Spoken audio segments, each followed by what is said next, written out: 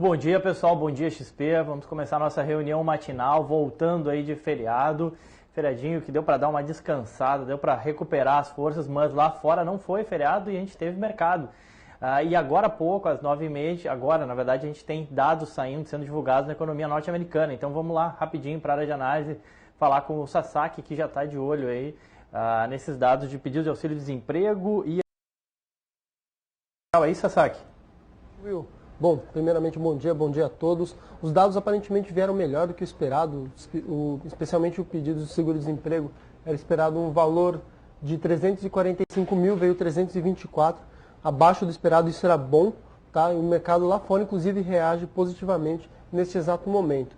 O nosso índice pode tentar seguir nessa esteira, neste caso, eu ficaria de olho na superação de 750, pode ser que o mercado tente buscar um fechamento de gap.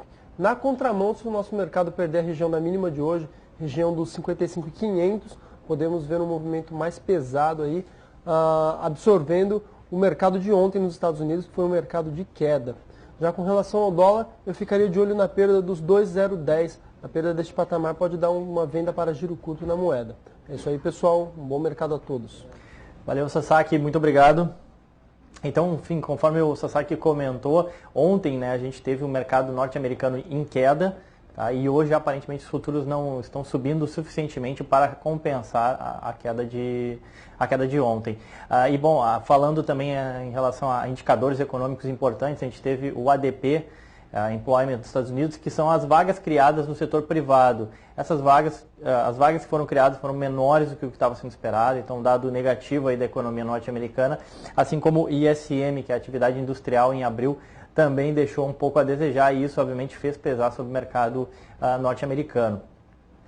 Saindo dos Estados Unidos, falando de China, na China também a gente teve mais indicadores, o PMI, tanto o oficial quanto o HSBC, mostrando que a recuperação em curso, ou enfim, a atividade econômica chinesa, ela está deixando também um pouco a desejar, está sendo um pouco menor do que o que estava sendo esperado pelo mercado. Tá?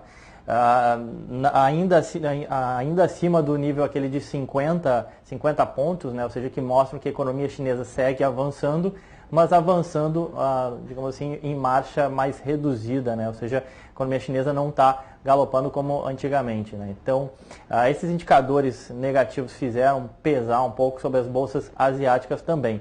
E hoje pela manhã, Banco Central Europeu, confirmando todas as expectativas, era muito aguardada a reunião do Banco Central Europeu, confirmou aí queda na taxa de juros de 25 bases, ou seja, para 0,5% ao ano. Notícia sim positiva, mas já tinha sido amplamente esperada pelo mercado, inclusive antecipada, com a valorização de diversos ativos. Então, alguns estrategistas até apostando em realização depois, a máxima ou seja, sobe no boato e depois cai no fato. Mas por hoje, bolsas europeias trabalhando em território levemente positivo. Bom, indo para o mundo das commodities, a gente não teve basicamente novidade do Conselho Monetário Nacional em relação ao preço do café, não é isso, Martina? Isso aí. O Conselho Monetário Nacional decepcionou os produtores de café, deixando essa reunião, esse assunto adiado para possivelmente uma reunião em meados de maio para definir esse novo preço, para fixar esse novo preço. Até lá, o café ele deve continuar seguindo padrões técnicos com predominância baixista, tanto em Nova York quanto aqui na BMF.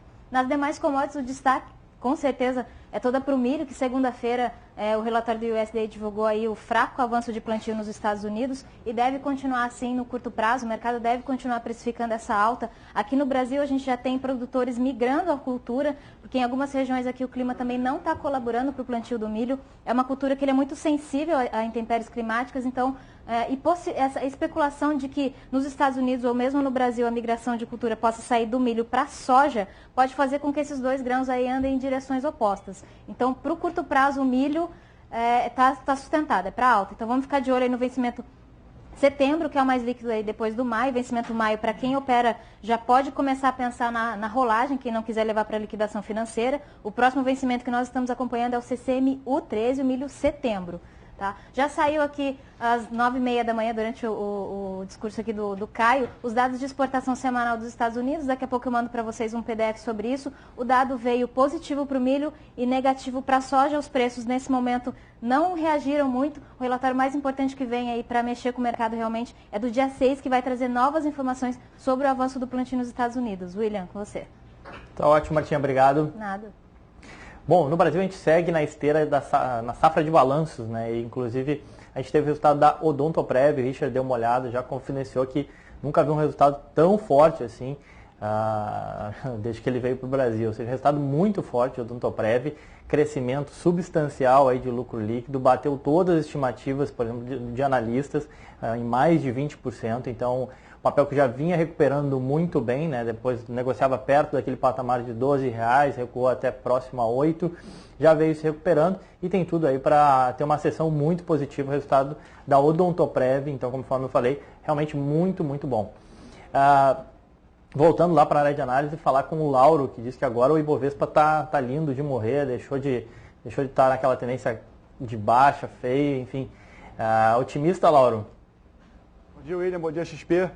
O Ibov, com a movimentação de alta da última, eu tô com mania de falar sexta-feira, né? A última terça-feira, ele tá com cara de segunda, né? Da última terça-feira o Ibov subiu bem, rompeu um topo anterior depois de formar um fundo acima do fundo anterior, então tivemos aí um zigue-zague altíssimo, um pivô de alta sendo formado, rompendo também uma LTB que vinha funcionando desde o comecinho do ano, lá desde os primeiros dias úteis de janeiro. Então isso aí realmente mostra uma força muito grande do Ibov. Vamos ver se esse pivô de alta aí se confirma e se o mercado continua subindo. Se continuarmos a subir, temos resistência lá nos topos formados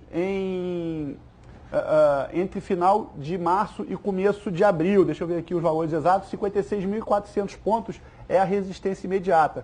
Se voltarmos a cair, temos 54.200 pontos como um suporte, não muito forte, e suportão realmente muito importante, ali em 52.500 pontos, que foram as mínimas desse ano e também do ano passado. Para trade hoje, eu estou de olho numa possível compra de CESP6, se romper uma resistência importante sobre a qual o ativo vem trabalhando, e CSN pode gerar uma boa oportunidade de venda. Ok, William? Ok, torcer para não ter quinta de reversão então, né, Laurão? Ficou meio bagunçado esse feriado de quarta-feira, não vou confiar muito na quinta de reversão hoje, afinal de contas, essa forte alta aí já foi um pouco corrigida ontem no mercado americano, hoje ficou meio confuso, não está com cara de quinta-feira hoje, esse é o problema. Verdade, todo mundo pega no pé do Lauro, obrigado, Lauro. De fato, hoje parece mais segunda-feira, bom que amanhã já é sexta, né? Voltando lá para nossa área de análise, falar com o Guto, a gente encerrou um long shot de Ambev e Souza Cruz, né? Ambev deu aquela estilingada absurda, a gente optou por encerrar, né, o call, enfim, botar no bolso, deu algo em torno de 5 a 6%, parabéns aí para quem entrou. Mas tem um long shot novo aí, Tube contra Santander, bem interessante, né, Gutão? Tá muito interessante sim, sem dúvida alguma, foca aqui na tela, por favor. Carlinha, tá aqui, ó, esse é o par Tube com Santander, a gente já tinha chamado aqui nesse ponto, demos gain. E agora, né, chegou a bater 2,25 no intraday, a gente chamou o par até 2,27, fechou na casa aí de 2,29. Voltando para essa casa aqui de 2,27, galera, é reiteração do par, tá? Falando um pouquinho aí de financiamentos, Petrobras aí segue na sua tendência de alta, né? A gente já falou para vocês que mudar o financiamento de dentro do dinheiro para no dinheiro, e a Vale, a gente continua, tá? Apesar de estar mudando, como o Lauro falou, já começou a mudar a cara do mercado, a gente continua indicando ainda dentro do dinheiro para Vale, ok? Falar um pouquinho de day trade aqui, foco, por favor.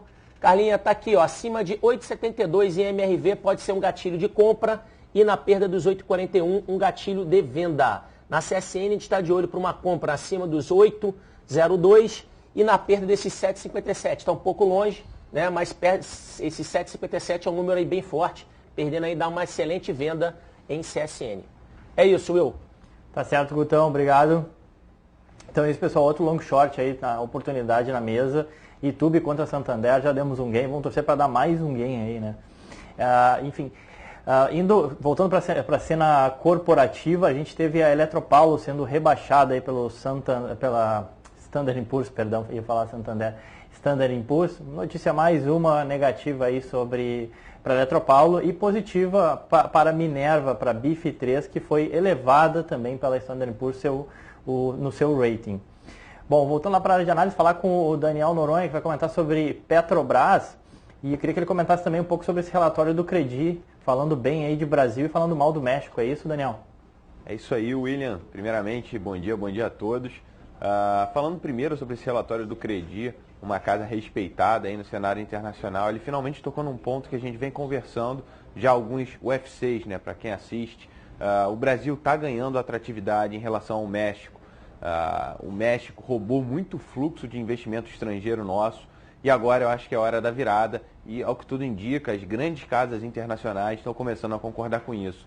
Então, mesmo que a gente não tenha um fluxo macroeconômico tão forte, tão favorável, a gente começa a ter argumentos no micro estruturais. Petrobras, Vale, BVMF, esses ativos que aparentemente não tinham qualidade, não estavam entregando, começaram a entregar e essa pode ser a virada, pelo menos nessa parte do Ibovespa que ficou para trás. Muita atenção, pessoal. Bom, seguindo aqui com o fluxo de notícias, Petrobras ela vendeu uma parte dos seus ativos no Golfo do México, tá? O Golfo do México é o principal asset para ela se desfazendo, vendendo, né, os ativos, seguindo o plano de desinvestimento de 9,9 bi. Esses ativos no Golfo do México que ela vendeu representa 1% disso. É pouco? É sim pouco.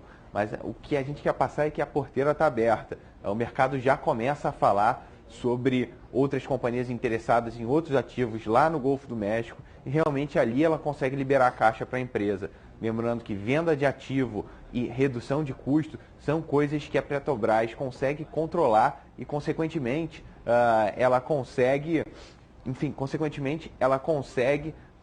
arregar caixa para tocar seu plano de investimentos. Bom, fora isso, você teve uma medida de desoneração de estocagem de etanol, que é positivo não só para Cosan, Ultrapar, mas também Petrobras. Os ativos já sentiram essa notícia, ela só foi oficializada hoje, mas é interessante a gente ressaltar que a mistura de 20 vai para 25% de etanol na gasolina, tá? Então isso também reduz a demanda por parte de combustível para a Petrobras, ela que tem um prejuízo aí no segmento de abastecimento dado a importação de derivados.